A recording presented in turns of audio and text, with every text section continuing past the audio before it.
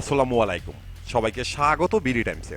যে কোনো সময় শুরু হবে মহাপ্রণালয়ে, লন্ডভন্ড করে দিবে পৃথিবীর অর্থনীতিকে। হাজার হাজার নয়, লক্ষ লক্ষ মানুষ মারা যাবে। তবে সবার আগে ধ্বংস হবে আরবরা।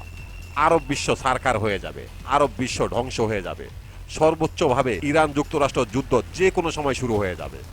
এখন প্রশ্ন হলো, পাকিস্তানের মধ্যস্থায় যুক্তরাষ্ট্র এবং ইরানের মধ্যে চুক্তি কেন হলো না? এখানে সবচেয়ে বড় সমস্যাগুলো কি কি?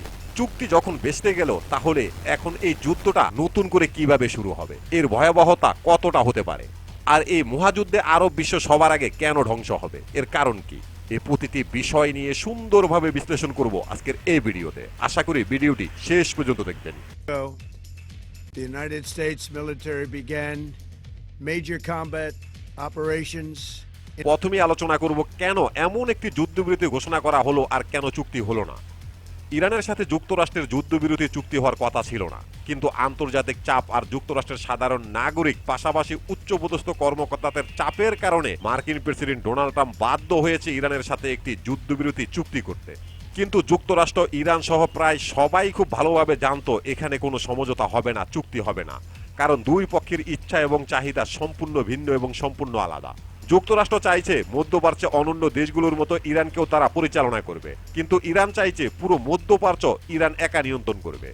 যুক্তরাষ্ট্র চাইছে অন্যান্য দেশগুলোর মতো ইরানও সামরিকভাবে যুক্তরাষ্ট্রের উপরে নির্ভর হয়ে থাকবে, কিন্তু ইরান চাইছে সামরিক শক্তির দিক দিয়ে ইরান অন্যান্য দেশগুলোকে পরিচালনা করবে। দুই পক্ষের চাওয়া এবং ইচ্ছা সম্পূর্ণ আলাদা, তাই কখনই এখানে সমঝোতা কিংবা চুক্তি হবে না।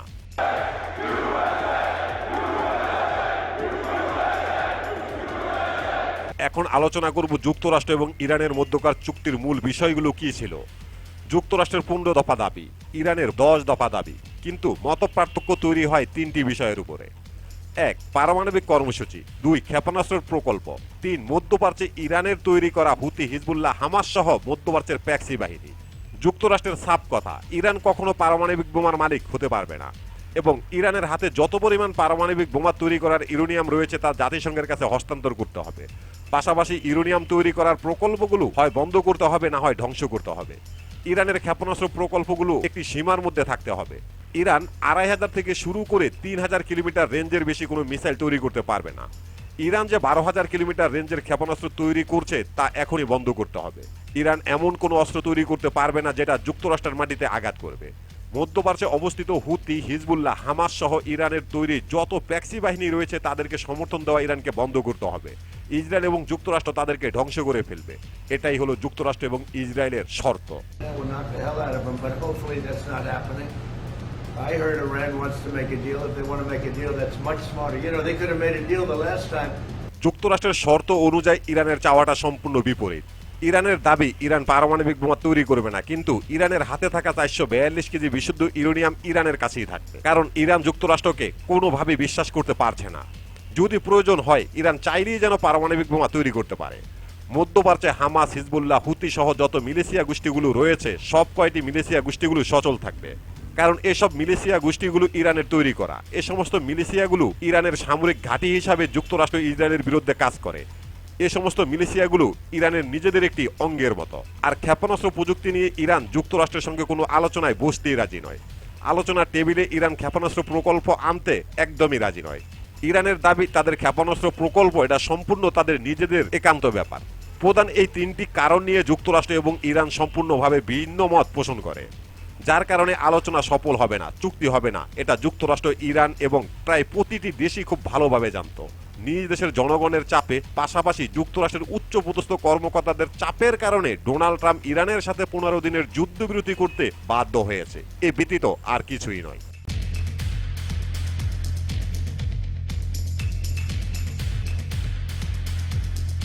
এখন প্রশ্ন হলো, ইরান যুক্তরাষ্ট্রের যুদ্ধ নতুন করে আবার কিভাবে শুরু হবে? ব্যাপারটা একদমই সোজা, কারণ যুদ্ধটা পুরোপুরি বন্ধই হয়নি। লেবাননের সাথে ইহুদিবাদী ইসরায়েলের যুদ্ধ চলছে, হরমুজ প্রণালী সম্পূর্ণভাবে বন্ধই রয়েছে। এখন যে কোনো সময় আবারও যুক্তরাষ্ট্র এবং ইসরায়েল একাত্রিত হয়ে ইরানের বেশ কয়েকটি জ্বালানি স্থাপনা এবং পারমাণবিক স্থাপনায় হামলা শুরু করবে। ইরানও আবার আগের মতো ইহুদিবাদী ইসরায়েল এবং মধ্যপ্রাচ্যে যুক্তরাষ্ট্রের বিভিন্ন ব্যবসা প্রতিষ্ঠান সহকারে, গুরুত্বপূর্ণ স্থান সহকারে, এমনকি আরবদের বেশ কয়েকটি জ্বালানি স্থাপনার উপরে ভয়াবহ হামলা শুরু করবে। যুদ্ধটা আগের যুদ্ধের থেকেও তীব্র আকার ধারণ করবে, কারণ এই যুদ্ধে অনেক দেশই জড়িয়ে পড়বে। লোহিত সাগর সম্পূর্ণভাবে বন্ধ হয়ে যাবে, কারণ এই যুদ্ধে সরাসরি এবং সর্বোচ্চভাবে ইয়েমেনের হুতি আনসারুল্লাহ বাহিনী জড়িয়ে পড়বে।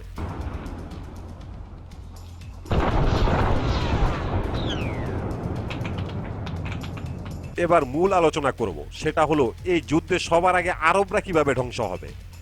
এই উপসাগরীয় আরব দেশগুলোর কারণে ইরাক ধ্বংস হয়ে গেছে, এই মুনাফিক আরব দেশগুলোর কারণে সিরিয়া ধ্বংস হয়ে গেছে, এই সমস্ত কুলাঙ্গার আরব নেতাদের কারণে লিবিয়া ধ্বংস হয়ে গেছে। আর এটা ইরান খুব সুন্দরভাবে পর্যালোচনা করেছে। ইরান খুব ভালো করে জানতো এই সমস্ত আরব দেশগুলোর কারণে একসময় ইরানের উপরে ঝড় আসবে, আর এমন একটি ঝড়কে মোকাবেলা করার জন্য ইরান নিজেদের প্রস্তুত করেছে প্রায় 40 বছর যাবৎ। ইরান বিগত দশকের পর দশক এই সমস্ত আরব নেতাদের সাধ্যমতো বোঝানোর চেষ্টা করেছে ইরান তাদের জন্য কখনোই হুমকি হবে না, হুমকি হবে যুক্তরাষ্ট্র এবং পশ্চিমা বিশ্ব। তাই আরবদের উচিত যুক্তরাষ্ট্রকে মধ্যপ্রাচ্য থেকে বের করে দেওয়া। কিন্তু এই সমস্ত আরব নেতারা কখনো ইরানের কথা শুনেনি, আর এই জন্য এই সমস্ত আরবদের ধ্বংস করার জন্য ইরান নিজেদের প্রস্তুত করেছে। আর এই সমস্ত আরবরা নিজেদের রক্ষা করার মতো শক্তি রাখে না, তারা সম্পূর্ণ যুক্তরাষ্ট্রের উপরে নির্ভরশীল। যুক্তরাষ্ট্র যেহেতু ইরানের সাথে একটি সর্বাধিক যুদ্ধে থাকবে, তাই যুক্তরাষ্ট্রের কাজ হবে ইসরায়েল এবং নিজেদের রক্ষা করা, এই সমস্ত আরবদের রক্ষা করা নয়।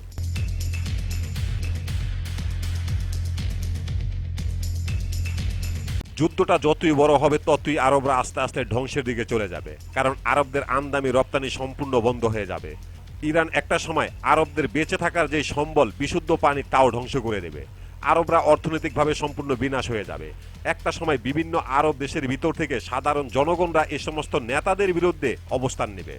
তখন এই সমস্ত আরব নেতারা ইরানের সাথে যুদ্ধ করা বাদ দিয়ে নিজ দেশের জনগণকে হুমকি হিসাবে বেছে নেবে এবং তাদের উপরে গণহত্যা শুরু করবে। যুদ্ধটা তখন আরো তীব্র থেকে তীব্র আকার ধারণ করবে। এক কথায় পুরো আরব অঞ্চলে গৃহযুদ্ধের মতো পরিস্থিতি তৈরি হবে। যুক্তরাষ্ট্র এবং ইসরায়েল আরব বিশ্বের জন্য এটাই চেয়েছে, আর এটাই হবে।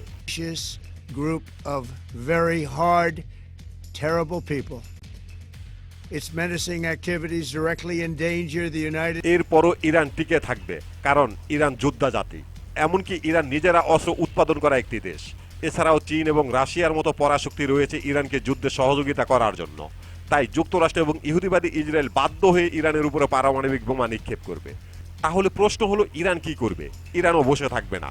ইরান খুব ভালোভাবে জানে পারমাণবিক বোমা ছাড়া ইরানের কোনো বিকল্প নেই। এখনো বলা যাচ্ছে না যে ইরান পারমাণবিক বোমা তৈরি করেছে কি করেনি, কিন্তু আন্তর্জাতিক পারমাণবিক শক্তি সংস্থার তথ্য বলছে ইরান যদি পারমাণবিক বোমা তৈরি নাও করে থাকে, ইরানের কাছে যে 442 কেজি বিশুদ্ধ ইউরেনিয়াম রয়েছে তা দিয়ে ইরান মাত্র 4 সপ্তাহের মধ্যে অন্তত 10টি পারমাণবিক বোমা তৈরি করতে পারবে। সেটা কিভাবে সম্ভব এই সম্পর্কে জানতে দেখতে পারেন আমাদের এই ভিডিওটি। প্রিয় দর্শক, আমাদের প্রতিটি ভিডিওর ইনফরমেশন উল্লেখযোগ্য ভেরিফাই পেজ থেকে সংগ্রহ করা। এরপরও যদি ভুল হয়ে থাকে তাহলে অবশ্যই কমেন্ট বক্সে জানিয়ে দিবেন। এখানেই শেষ করছি আমাদের আজকের প্রতিবেদন। আল্লাহ হাফেজ।